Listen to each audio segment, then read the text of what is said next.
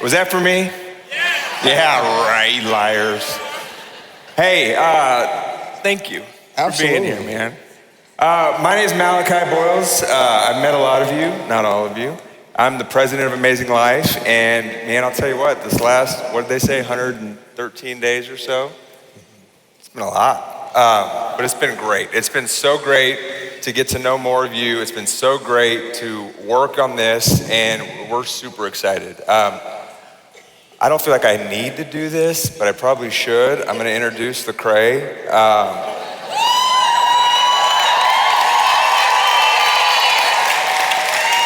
They knew the lyrics to Church Clap. I don't even know the lyrics to Church Clap. Yeah, you guys got it pretty good. He was dancing, you guys kept going. He's like, whoa, this is awesome. So maybe I don't need to introduce you. But look, he's won multiple Grammys, best-selling author. He's got a podcast. Anybody listen to the podcast? Deep End. But I think more importantly, he's a son, he's a dad, and he's a husband. And so the reason I wanted to do this format, I'm sure everybody wanted to hear me rap and you talk, but the reason I wanted to do this format was because of the podcast. And what's so great about the podcast, Lecrae, is it's a great opportunity for you to kind of expand on the way you communicate through your music. I remember walking my dog, I guess, and listening to Church Close 4. And some of these songs, I'm just like, every 2 seconds, I was thinking, man, I wonder what he thinks about that actually. I want to know more about that. And then you just went on to the next thing, and again, and again, and again. But it's been really great to see you get into the nuance of it and ask questions and be curious. And so I thought this was a great opportunity with a room full of people to start talking about things that are interesting to them, are interesting to you. How do you wrestle with things? How do you engage culture well? How do you parent through all of this? So that's kind of what we want to do. And really what I want to start with is, why do you do it all? Why do the podcast? Why do the music the way you do? Why write books? What's the why? What's your mission behind doing all of this stuff? It's a good question. I think why is a very important question that we all have to ask ourselves. I mean, ultimately the why for me is I get to, right? Like God gives me the privilege and the capability to serve people in this capacity. So that's the massive why. But I think outside of that is I was so blessed for God to reach me in the place and space that I was in. And I have always just longed to reach people right where they are. You know, that's just something that burdens me on a regular basis, to just see people in the places and spaces that they are, and to be able to invade that space and speak to them in their language and be able to reach them and walk with them and share hope with them. I think what's so great about the why, that's awesome, but the way you do it, I think, is really impressive too. The mission is what drives you, but it's the excellence with which you do it that I think is super important. I think we can all relate to that. We're doing what we're doing because of what Jesus has done in us and how we want to communicate that to others, next generation, families, audiences. And it's because of that mission that excellence is non-negotiable, right? I mean, how do you think about that? How do you communicate that to young artists coming up at Reach? I mean, how does that inform all the things that you're doing? Yeah, we all have I don't know about you all, but I had the grandmother who loved the Lord and would pat you on the back anytime you did something for Jesus. Oh, good job, baby. That was good. You did it for Jesus. Good for you. And it didn't matter if what I did was terrible. It was that dance you did, good job. You did it for Jesus. But I should have never been dancing, right? It's not something I was gifted at. And I think, so many of us have gotten used to kind of giving that participation trophy when God has called us to excellence, to craftsmanship. In the scriptures, he talks about Kenaniah, and he says Kenaniah was chosen to build the temple because he was skilled at that. Yeah. And I think there's something amazing and beautiful to be made in the image of God. To be an imager is to be put on this planet as God put Adam in the garden to cultivate, and not just to like, oh yeah, well, just do the best you can, Adam. It was like, no, like beautify this, cultivate it. And in the same way, a lot of, leaders and pastors here can't just be sloppy with the hearts of God's children, but to cultivate them with craftsmanship, with skill and artisan, and not just, oh, well, whatever, here's crayons and a cup of milk and a song. And so we represent the greatest creator of all time. Yeah. So let's walk in his image and his likeness. Yeah. And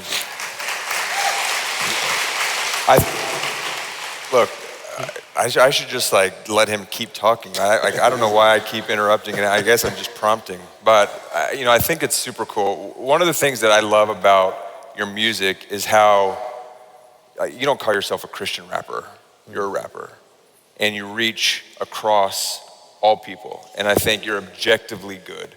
What I love about what I've witnessed with Reach is how you're not just trying to aggregate artists to build a big label, like you're pouring into them. Tell me, let's talk about that, like on the Reach side, where you've got a young artist coming up and he wants to be the next Lecrae. Like, how do you mold him? Like, obviously there's a lot of conversation around, style and, the technicalities of the music, but how do you speak into who he is and what he's trying to do? Yeah, that's a great question. I think first and foremost is that, am I apprenticing and following Jesus, right? Like, am I following my teacher closely? Yeah. Because I can't lead someone somewhere into someone that I'm not following, right? So first aspect of that is, man, how am I following? And I never try to put too much pressure on myself to be like, oh, I've got to know the whole concordance before I can mentor somebody. As long as I'm a half a step ahead, I'm qualified to teach them something. Because you're going to be teaching no matter what. Discipleship is caught, not taught. Right? They're watching you, they're following you, they're looking at you. So you're always teaching whether you realize it or not. So I try to be intentional around a lot of my artists and take them with me. One of the best things to do for me is to take them on tour, because then they can walk with me. They can see how I interact. They can see my conversations. They can just see me in real time. And I think a lot of our discipleship relationships come from just having real moments. It's not always a teaching, like Jesus taught as he was walking, right? So sometimes it's not from the pulpit. It's sitting down having a side conversation. It's walking somebody, to their car. And the other thing that I would say is being sensitive to the reality that they have something to teach me. Right? You can't be an authority on anything unless you've been submissive to an authority in some regard. And so a lot of us want to be I don't want to get too ahead of myself, but we want to be an authority on speaking to these generations, these younger generations, but we haven't been submissive to understanding who they are and what they care about in their world and their perspective. So a lot of it is me doing a lot of learning and then speaking into their life as I've learned. Yeah. Man, that's so good. Yeah. Look, I think this has completely derailed me, but I've got to ask. One of the things that we focus on here, right, is content, right? Content, tools, resources, etc.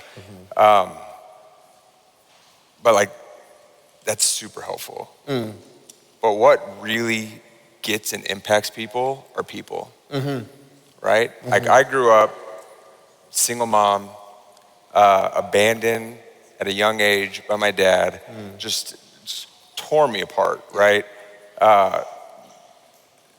Really had issues with this idea of abandonment. I was just a terrible person in high school, right? I just struggled, just thought I was tough because I thought I had to be tough. Didn't have a role model. I didn't know how to do that well. Yeah. And right, like you would read the Bible, which is great, like awesome.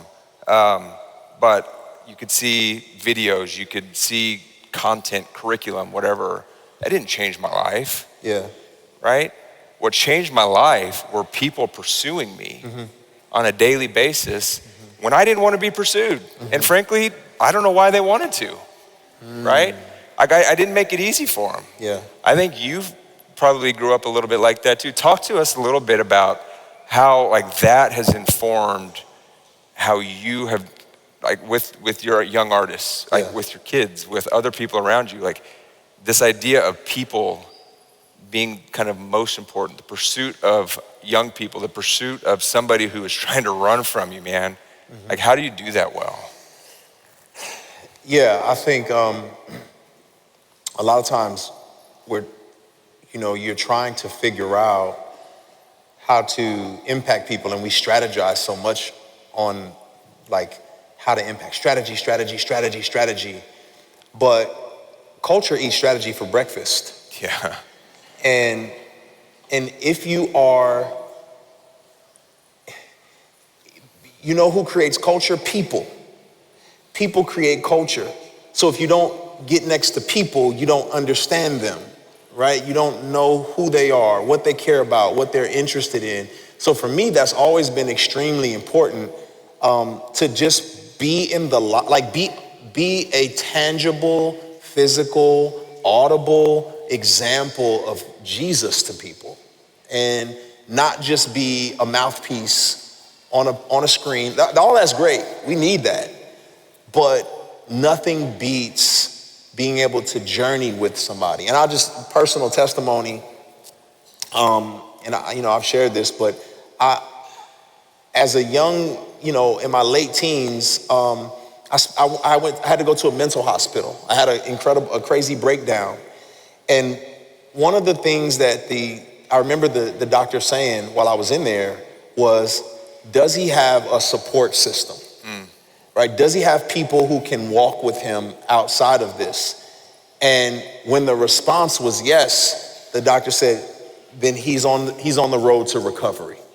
That was the most, and even the world understands how important people connected to you and in your life is. So I would just say all that to say it's so important to be physically and tangibly connected in the lives of Yeah, and I look,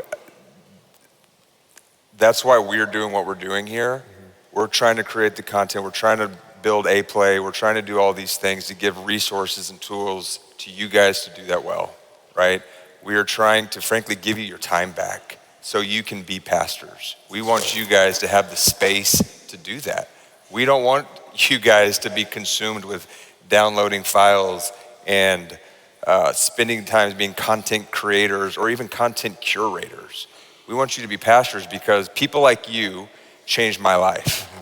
People like you changed Lecrae's life. And look, not everybody's gonna be a rapper. I mean, I've tried, I failed. But everybody can love Jesus. That's right. Everybody can tell others about Jesus. And it may not be something that we see the fruit of, right? It may be something, like Tyler said, that we're planting that seed that gets watered at some point, maybe by somebody else, maybe in a good way, hopefully not in a bad way, but it happens, right? And one of the ways that we were trying to do that is try to, again, give you the tools, but like really try to figure out how do we just engage culture well. I think of all the people here, you do that the best. Like, I'm just gonna say you do that the best. Wow. Like, how do you think about engaging culture, like using culture, what's going on to impact people? And then frankly, well, actually I have a follow-up question, but how do you try to do that well? Okay, that's a good question. I think everyone in here has an incredible advantage because you're working with young people. That's where I started. And now I have 3 young people living in my house. And I have this theory. I don't know, it might be biblical, it might not be. I think I think God made teenagers to discipline the church. He used Babylon to discipline Israel. I feel like God said, So good. I'm gonna create teenagers so you know what it's like to have someone made in your image and likeness who denies your existence. So good. Who can relate to that? I can. No, I'm serious. So, true story. I'm watching my 12-year-old son. He's watching YouTube and he's watching people play video games all day.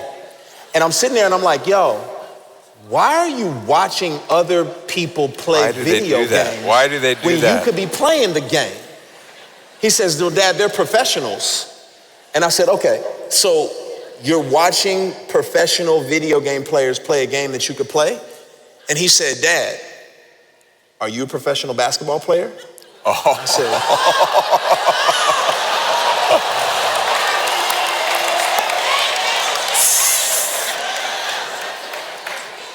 and I turned the internet off in the whole house. So, no, but what I learned in that though, sincerely, is that to keep up with culture, because you're always gonna be baffled by the chasm of generation to generation, right? Yeah. You're always gonna be like, oh my gosh, I can't keep up. And my challenge would be is that you'll never see a missionary go to another country and say, oh my gosh, I can't keep up.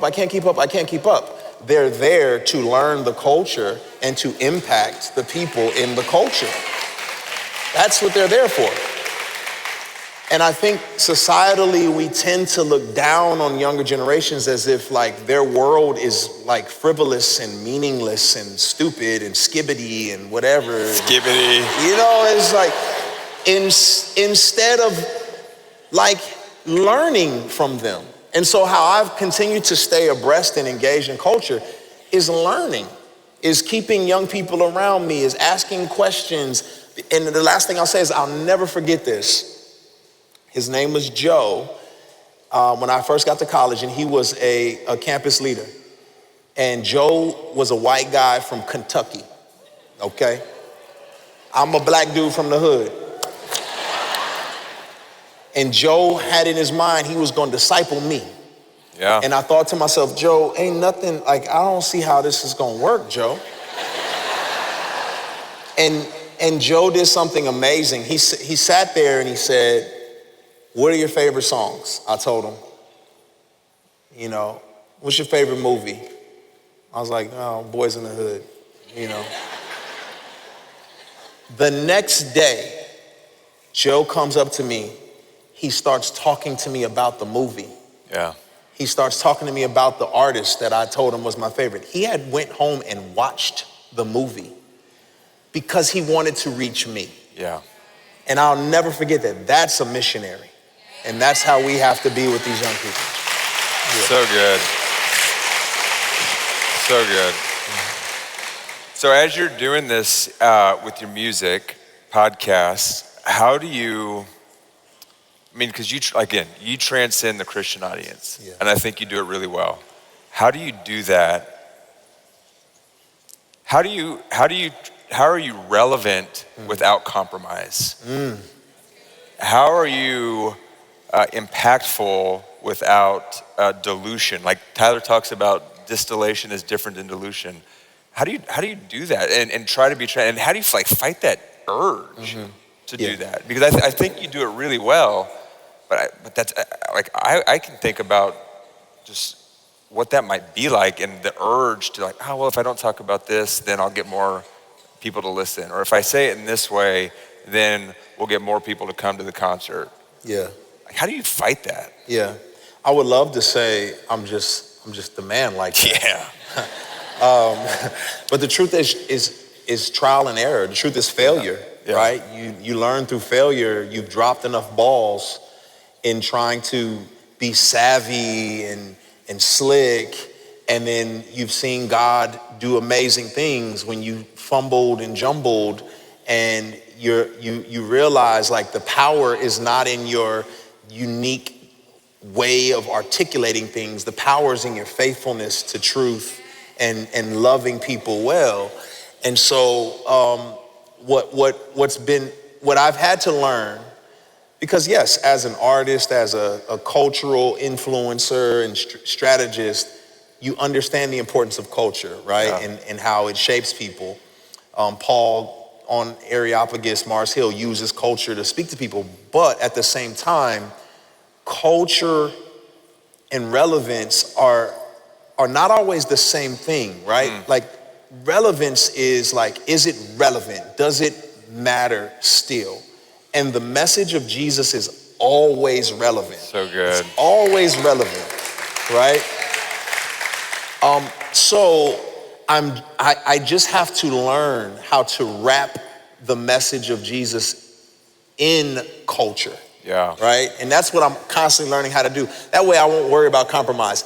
Does the truth of God fit in this? Yeah. Right? As I'm rapping, or literally rapping, as I'm wrapping it up, does the truth of God, is it compromised as I'm wrapping this up in culture? There's some things we can redeem, there's some things we gotta reject. Yeah. And so, sure, skateboarding, you know, I remember coming up and saying, oh, it's a dark world, but can you redeem that and use it for Jesus? Absolutely. Strippers for Jesus? I think you reject that. That's rejected. That's not cultural, that's compromise. Okay. So. No. J.K. Chesterton says, which I think captures it really well, we don't want to be a church that will move with the world. We want to be a church that will move the world. That's good. And I think about, thank you, I appreciate that. Yeah, it's all right. It's all right. And when I think about that, what's interesting is like, we are all the church, right? Like you guys are the church, but we're the church too, right? The church is God's people. And I think we all play a role. What we want to do at Amazing Life is resource and equip you to be the church. Lecrae is rapping, he's reaching people through his podcast, through his book, through all these methods, and he's bringing them back to the church. But we all play our role. And so when we think about this idea of the art of we, and frankly, when I first heard of it, I was like, okay. Didn't love it. But the more I think about it, the more I'm like, yeah, that's actually right. We are the church. We want to help you. We want to serve you so you can serve others well. Lecrae is doing the exact same thing. And frankly, we are all the church in our household, especially when we've got families. You've got a family. I've got a 16-year-old, a 14-year-old, and a 9-year-old who thinks she's 18 years old. But, you know, it's really important that as we're reaching and serving others, that we are serving those at home too. You're a busy guy. Just a little You're bit. engaging culture. You're doing all of these things. How do you prioritize that? Yeah. I mean, I think you said it. You said prioritize, right? Like, I think that's the key. Like, the idea of balance is what ends up stressing us out because we believe that balance is attainable, right? If we could balance it all, we'd be God. We are not. And so what it turns into is a healthy tension. It turns into a prioritization of, hey, what needs need to be met in this moment, in that moment. And so I think for me, you know, as I remember being newly married, little kids, I was doing youth ministry and doing outreach in the community. And nobly, like, I gotta do this for Jesus. And then your grandma came and patted you on the back? Yeah. But when your wife comes to you and says, I feel like a single parent, then you're like, oh, shoot, let me pivot over here. And then what do I do here? What do I do here? And what I learned to do was to prioritize, was to think through things strategically. And so, you know, for me, the first priority was me. And that sounds very selfish, and you're probably like, I don't want to hear anything else he has to say because he said that. But hear me when I say this. The first priority is making sure that I am spiritually, mentally, and emotionally healthy, because if I'm not right here, I'm not good here. So good. Right? So I'm prioritizing my relationship with the Lord. Then it's my wife. Yeah. Right? A lot of people, it's the kids, but it's not, because kids just want to make sure mom and dad stay together. I come in the house and I'm kicking kids, move. I'm trying to get to your mama. You know? They're fine with it, right? Because you're together. Then it's my kids, and then I use whatever energy I have to serve outside of my home. Yeah. But there's seasons where the house is running like a machine. And so I can add more priority to the things that I'm doing outside of the house. There's seasons when, everything's humming over here, but it's falling apart over here. So it's just a matter of prioritizing where I'm needed and what needs to happen without letting a ball hit the ground. Yeah. And that's the trick. I'm not sure. I think this question will be relevant, but whether it is or not, I kind of don't care because I'm interested in it. So I didn't grow up with a dad. You didn't either. Mm-hmm. One of the things I've been thinking a lot lately, I'm kind of pretty far into this whole parenting thing, so it's probably a little late, but like, how do you, this idea of the fatherless who become fathers. Mm-hmm.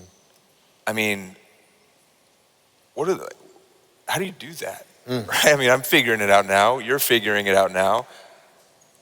I think it's really tough when you don't have the model to look to. Mm-hmm. And sometimes you don't even have the bad model to look to. You have no model to look to. And so you can say, well, look, I'm going to just do it the opposite of that guy. Well, that's not right. Yeah. And say, oh, well, God's your father. It's like, okay, but like, what does he do about bedtime? Right? How have you thought about that? How have you done that? I mean, how have people come alongside you, like men in your life, women who could be doing this for people too? Like, talk to me about that for a minute. Years ago, someone gave me this idea of always have a Paul, a Barnabas, and a Timothy in your world. And as I had kids, it became more evident how much more I needed Pauls. Yeah. Right? People who were further ahead on that journey than I was. And I think that for a lot of us, we get to a certain age, I don't know if it's your 30s, where you feel like, oh, I guess it's on me now. I guess I got it from here. Yeah. And you don't realize that you don't have to reinvent the wheel. There's someone in their 50s, in their 60s. Well, it's like the pride in you that thinks, I'm a man, I got to do this. I got to figure this out. Exactly. And unfortunately, we're creating a lot of damage in our homes and in our discipleship relationships because we're not still gleaning from older, wiser people who've already been down this road before. And so I think it's just extremely important to have people in your life who are further down the road. And I'm not saying have a magical person, right? Yeah. I don't have a mentor. I have coaches. Yeah. If you're an athlete, you have different coaches for different. I have a endurance coach, an agility coach, and so I may need a coach for finances. I may need a coach for parenting. I may need a coach for marriage. And sometimes my finance coach is not good at marriage, so I can't ask him those questions, right? So I just have these different coaches in my life, and I've seen that become very fruitful for me, especially as it pertains to parenting and not having a dad. Yeah. I never had a dad, but there's somebody who's already raised kids. Yeah. Teach me how to be the dad I never had. And humbling myself to ask those questions. And when they did that, I mean, one of the things I found is that really helped me understand God the Father, right? You hear that, you read about it, but unless you've got that, and frankly, unless you are a father, man, it's a hard concept to really grasp when that's not something that you've experienced. No. And so I think that's really great. I mean, look, all these people in here are being incredibly impactful in the lives of families. We can't tell you how great the work that you're doing is. You help people like us, like young Lecrae's and young Malachi's. I wish you'd help me a little bit more so I could be like more Lecrae. Get out of here. But look, you guys are doing incredible work. We just want to salute you. Lecrae didn't have to be here, but he wanted to because of who you are and what you're doing. And I thank you for coming. Thank you for sharing all of this. Thank you guys for coming. And like Chris said, we want to commit to you that we are committed to being a resource for you and to try to make your job easier, but so you can do the work of the church. We want to be the church to come alongside of you to be the work of the church. Lecrae is part of the church. Like, guys, we're all in this together. We're super excited for you. And if you don't mind, we'd love to just stand up and pray for you guys real quick. I can pray and then you can pray. Yeah. And then we'll close it out. That's all right. Yeah.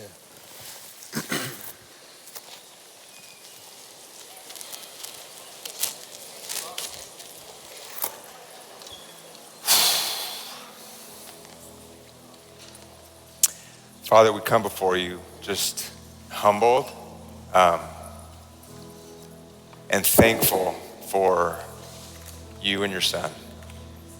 God, we just pray over everybody here that you would help them know that they're seen, that they're loved and that they're appreciated.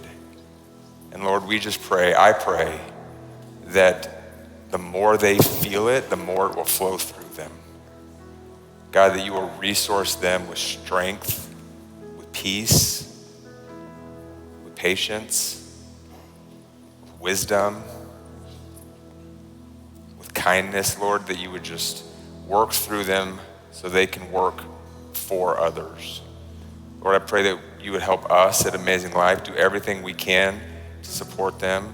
Lord, I pray for Lecrae tonight, Lord, that you would continue to just work through him. And Lord, that together as the church, we would be able to make you famous, Lord, for what you've done for us.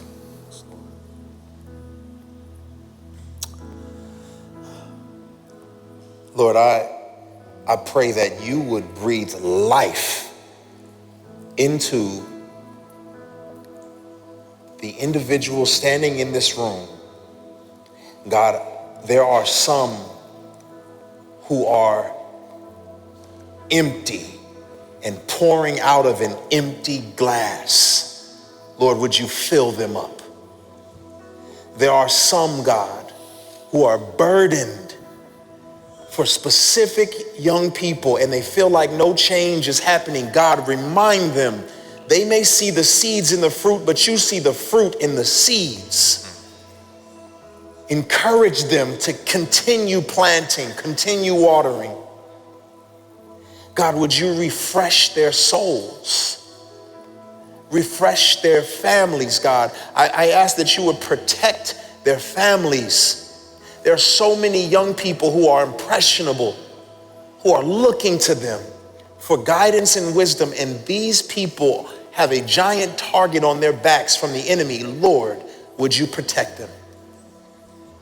God, I pray for all of the young people that these folks' hands touch on a regular basis.